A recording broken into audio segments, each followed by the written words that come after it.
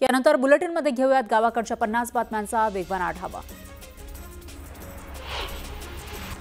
नाशिकच्या मालेगावमधील गिरणा धरण ओव्हरफ्लो झाला आहे। धरणाच्या पाणी पातळीमध्ये सातत्याने वाढ होतीये, त्यामुळे धरणाचे 3 दरवाजे उघडण्यात आले।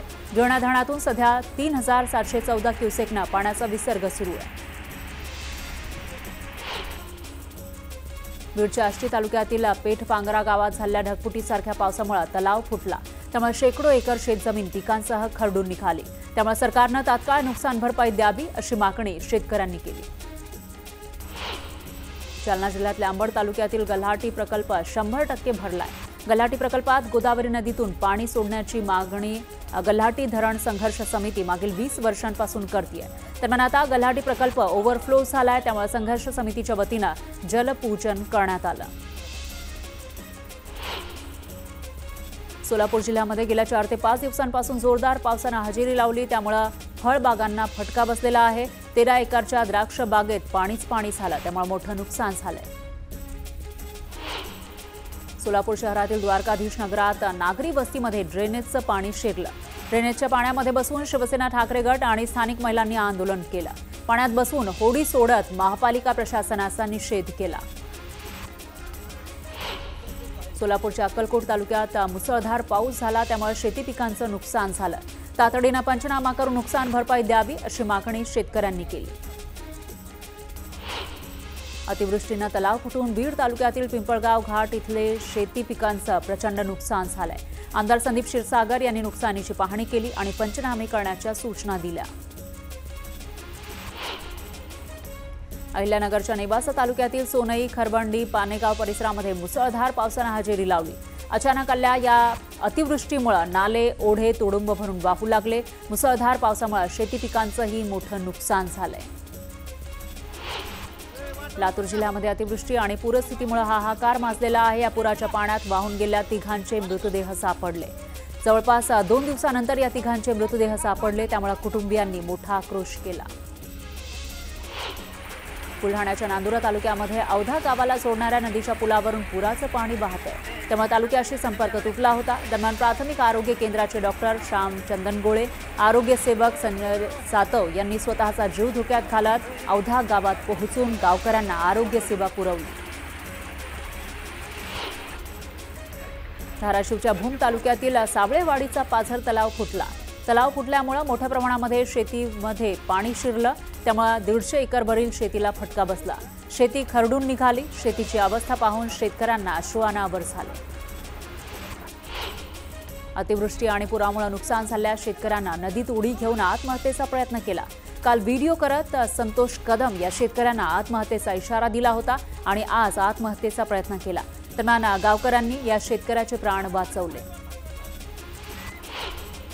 वाशिम जिल्ह्यातील जवळका गाव ते रेल्वे स्टेशनला जोडणाऱ्या मार्गावर मोठ्या प्रमाणामध्ये खड्ड्यांचं साम्राज्य पसरलंय, त्यामुळे वाहनधारकांसह नागरिकांना नाहक त्रास सहन करावा लागतोय। तातडीने रस्ता दुरुस्त करावा अशी मागणी करण्यात आली आहे, अन्यथा तीव्र आंदोलन करण्याचा इशारा देण्यात आलाय।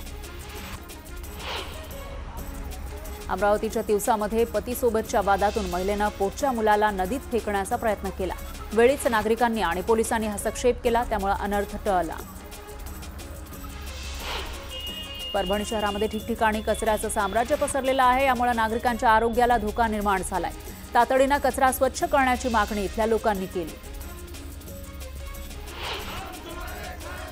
जळगावच्या चोपडा तालुक्यामध्ये 5 इलेक्ट्रिक बसचं आमदार चंद्रकांत सोनवणे आणि माजी आमदार लता सोनवणे यांच्या हस्ते लोकार्पण करण्यात आलं।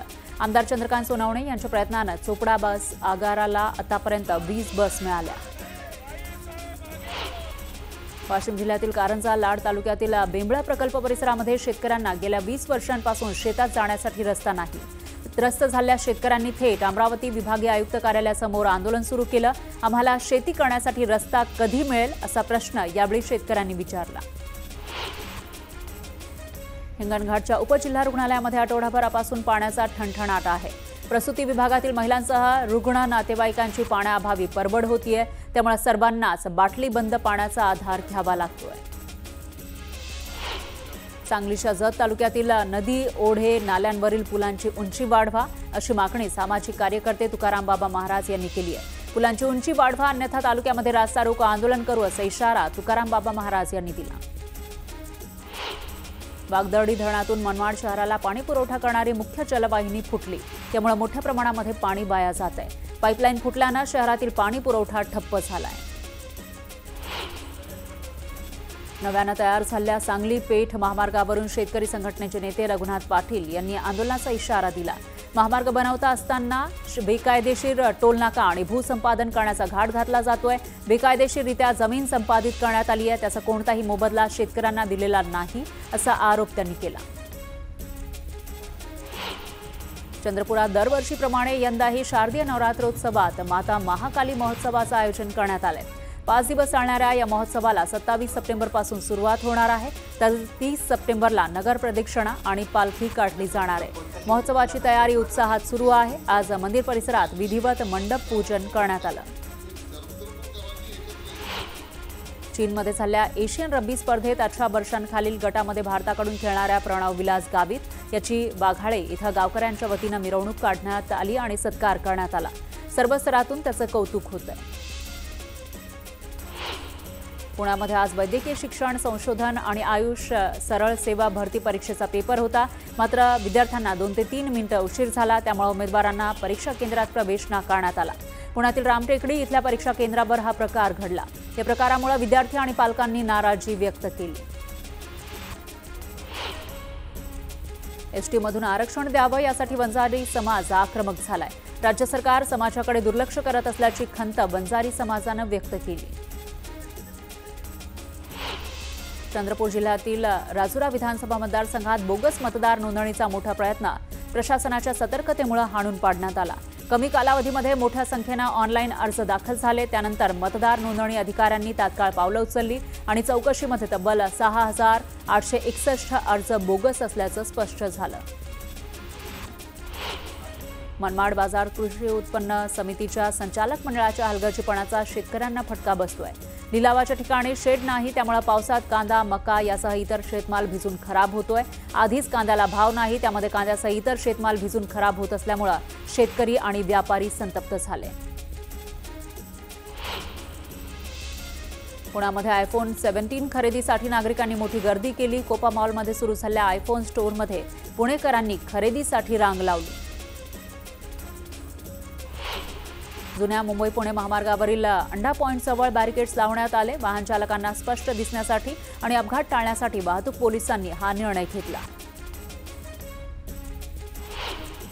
गोंदिया जिल्ह्यातील काळीमाटी गावात ग्राम रोजगार सेवक निवड प्रक्रियेमध्ये गैरव्यवहार झाल्याचा आरोप करण्यात आलाय। या प्रकरणात कारवाई न झाल्यास ग्रामस्थांनी आंदोलनाचा इशारा दिला।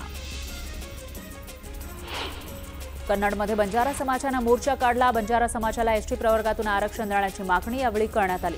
दरम्यान आंदोलकांनी जोरदार घोषणाबाजी केली। गोंदिया जिल्हाधिकारी कार्यालयासमोर प्रहारनं अनोखं आंदोलन केलं। अंगावर कागद चिकटवत मागण्या पूर्ण करण्याची मागणी करण्यात आली। दरम्यान जिल्हाधिकाऱ्यांना निवेदनही देण्यात आलं।